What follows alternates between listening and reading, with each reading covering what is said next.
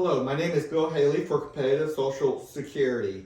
So, what is Competitive Social Security? It is a way to have about a dozen different Social Security plans out there across America, and everybody join the one they want to. So, why do we do that? Because a lot of people in America want Social Security more robust, and some people want it less robust. Everybody wants people to save for their retirement, but how that happens is different among all the different people. So let them have different plans. So competitive Social Security system just says there's going to be about a dozen different plans. You pick the one that you want to. And the one that you want to will be handling your retirement funds. Whether that system is mostly private or mostly a big government system like we have currently. So why do we want to do that? Well, Social Security, $4.1 trillion hidden government deficit.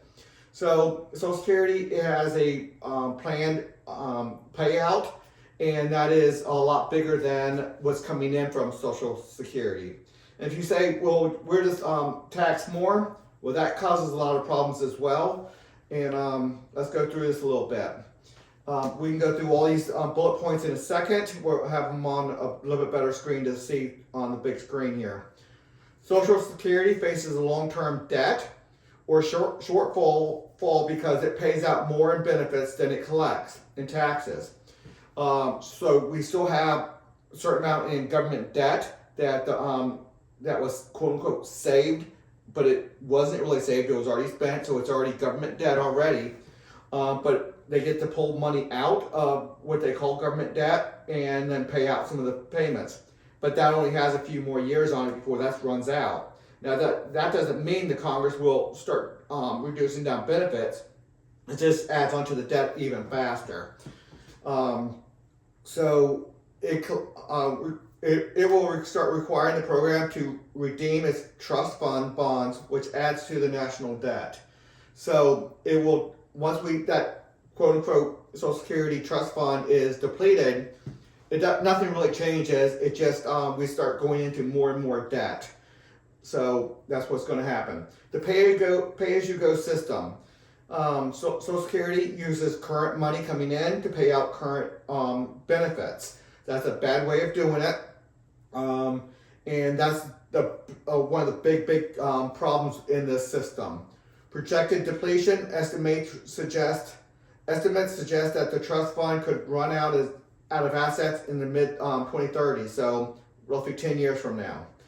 Competitive Social Security. Every person selects a retirement fund, retirement system. So you do have to go with one of the different 12, and then once you go with them within your membership. So if you go with Social Security system A, everybody within that A, hopefully like-minded people, will vote on their leadership, further defining what that is. So let's go through some of the aspects of this.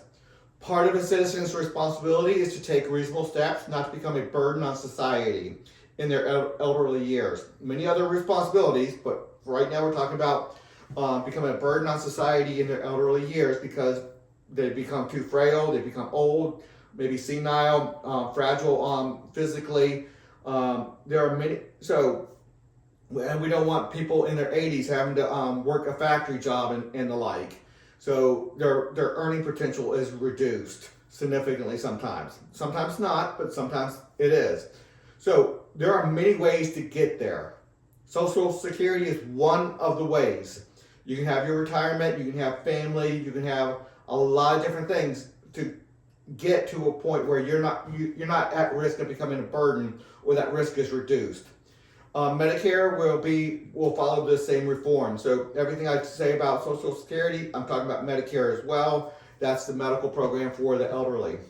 After proper legislation or change of the Constitution, about a dozen Social Security type systems will emerge, each with a different philosophy of how they want to deal with Social Security. Each system needs to have at least 5% of the citizens, and I don't want it over 20%, we don't want any one of them to be more monopolistic. Every system must select which retirement system they want to be in, and each retirement system only governs its members. Every retirement, so nobody can go into a general budget. Every one of these has their budget, so you cannot have, none of the retirement systems can tap into a general overall government budget like it does now.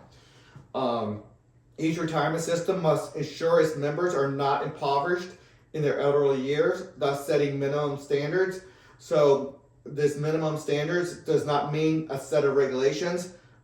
Each one will have a set of regulations, but it's not a set of regulations across the board. Each one has different ways to get there to reduce that risk. It's not going to be 100%. You're not going to be impoverished in the elderly years, but it's reducing that chance, because the more you go 100%, the more you go 100% control of somebody, and then we're looking at slavery type control, socialism, communism, and really bad stuff. The minimum standards are not micromanaging, but are result oriented. There are many pathways to achieve results.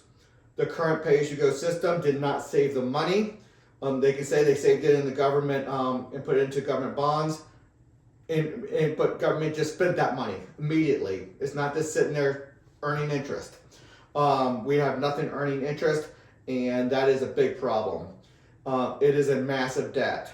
The current promises will be fulfilled with government debt. So once we switch to 12 different ones, we will have a system of probably a 50-year payoff of government debt with a tax to fund that debt. So with assets given to competitive retirement systems in proportion to their membership.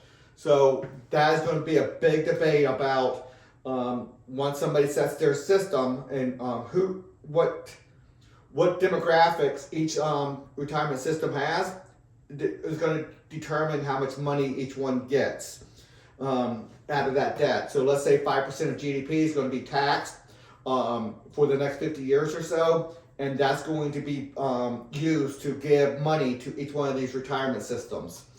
And obviously they're going to probably be tapering from year 40 to 50 or whatever, so it tapers down. But there will be money available to it, and then who gets that money is going to be a big debate on who that's going to be, and that's going to determine what people want to what system people want to go into. Every competitive retirement system will own a percentage of the Social Security repayment tax, so that'd be a big part of that. So when you say 5% of GDP being taxed for the next 50 years, that is an asset. And then each competitive retirement system will own part of that asset based off of who their initial members are, or and it will allow people to change what memberships they want, and that could result in money flowing back and forth between retirement systems.